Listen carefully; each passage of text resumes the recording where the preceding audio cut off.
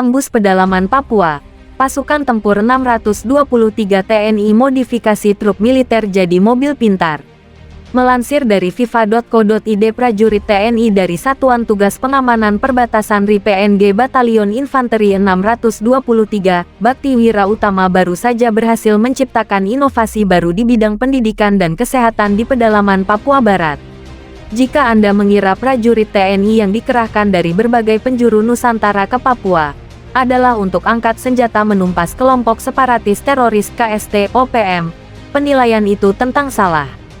Pada dasarnya pengerahan pasukan ke wilayah Papua adalah untuk membantu meringankan beban hidup masyarakat Papua, yang selama ini pembangunannya tertinggal jauh dari daerah lain di Indonesia.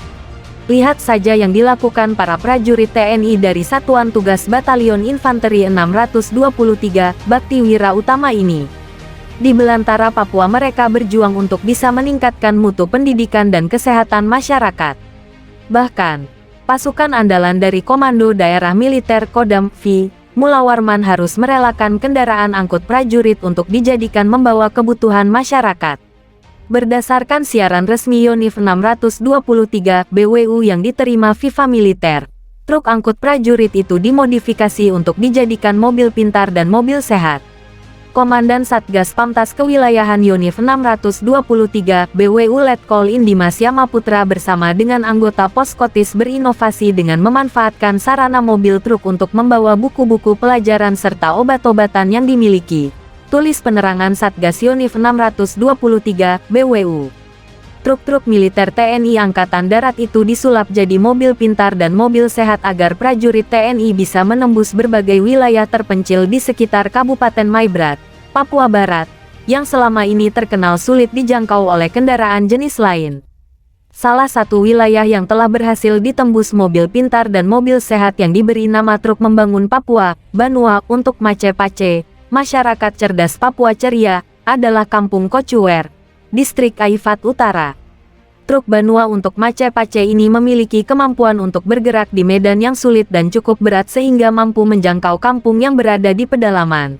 Tulis Yonif 623 BWU. Di Kampung Kocuwer, truk hasil modifikasi itu diparkir, lalu di sampingnya didirikan tenda.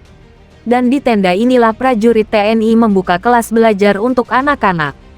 Sedangkan pelayanan kesehatan untuk masyarakat digelar dengan memanfaatkan sebuah gubuk beratap rumbia yang ada di kampung itu.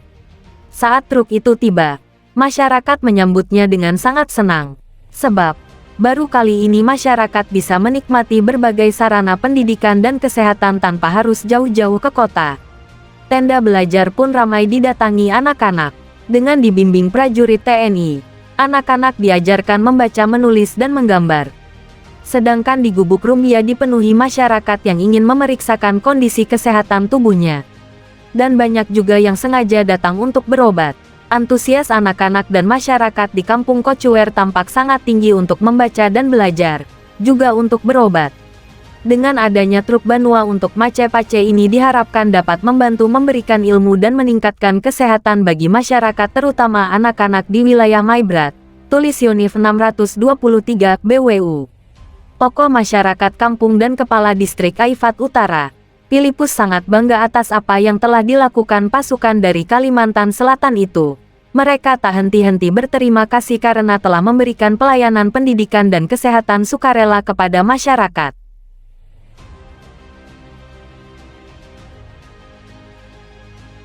Aksi nekat KKB kembali menguji kesiagaan aparat keamanan kebanggaan NKRI. Dalam sekali sergap ini yang terjadi pasca aksi gagal, KKB Intan Jaya melakukan aksinya karena keburu dihajar pasukan 305 Tengkorak. Seakan tak ada jeranya, KKB wilayah Intan Jaya kembali berupaya melakukan penyerangan. Seakan-akan mereka tak lagi memperdulikan nyawa mereka dikala TNI Polri mengambil tindakan tegas. Hal ini diketahui dari laporan internal aparat adanya pergerakan KKB di kota Sugapa. Pada hari Kamis tanggal 27 April tahun 2023 segera pukul 17.30 waktu Indonesia Timur, sekelompok orang membawa senjata api masuk kampung Bilogai, tepatnya di sekitar belakang Pastoran Bilogai. Tetapi belum dipastikan target penyerangannya. Sumber laporan yang sama menyebutkan beredar rencana KKB tersebut akan menyerang pos aparat keamanan yang ada di Kampung Bilogai. Antara lain Pos Brimob NTT Satgas Operasi Damai Kartens, Pos Bandara Bilorai dan Pos Langit Satgas 305. Beberapa jam sebelumnya tim patroli Brimob menemukan adanya pergerakan kelompok KKB di Kampung Kumbalakuba arah barat Bandar Udara Bilorai. Pemantauan tim patroli dimulai sejak pukul 9 waktu Indonesia Timur hingga pukul 15 waktu Indonesia Timur di distrik Sugapa. Patroli dilakukan oleh tim gabungan TNI Polri dengan melakukan surveilan udara di area Kampung Gumbalakupa. Dari pemantauan termonitor 10 orang KKB dengan menenteng satu pucuk laras panjang melarikan diri ke Kampung Kuyagia. Dugaan awal yang didapati saat patroli KKB ada rencana serang pos-pos militer. Pada pukul 12.10 hingga pukul 14.40 waktu Indonesia Timur, dua tim patroli bergerak ke TKP untuk melakukan penyisiran di sekitar area KKB bergerak. Kawasan Bandar Udara Soko Paki Bilogai dan sekitarnya dipastikan sudah dalam penguasaan tim gabungan TNI dan Polri. Sebelumnya beredar aksi KKB yang terekam kamera drone prajurit TNI. Dalam video tersebut terekam jelas oleh kamera drone dua anggota KKB yang mengendap-endap berusaha memasuki suatu perkampungan pinggiran hutan. Ditengarai kelompok kecil KBB ini tengah mencari logistik atau melakukan penyerangan ke kampung-kampung pinggir hutan.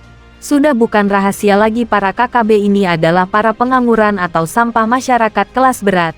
Untuk memenuhi kebutuhan sehari-harinya saja mengandalkan hasil pemalakan para kepala kampung dan warganya. Maka dari sinilah prajurit kebanggaan NKRI meningkatkan kesiagaan untuk mengantisipasi aksi kebrutalan KKB, yang sering kali menyasar masyarakat tak bersalah. Rupanya prajurit kebanggaan NKRI kini tak lagi berjungan dengan sesama aparat. Kini masyarakat pun sudah geram dengan ulah KKB yang makin menggila. Kini masyarakat sudah berani menenting senjata. Seperti yang baru-baru ini viral, masyarakat berbondong-bondong mengangkat busur dan anak panah untuk melawan KKB. Mungkin karena itulah KKB saat ini mulai stres karena warga sudah mulai berani melawan mereka.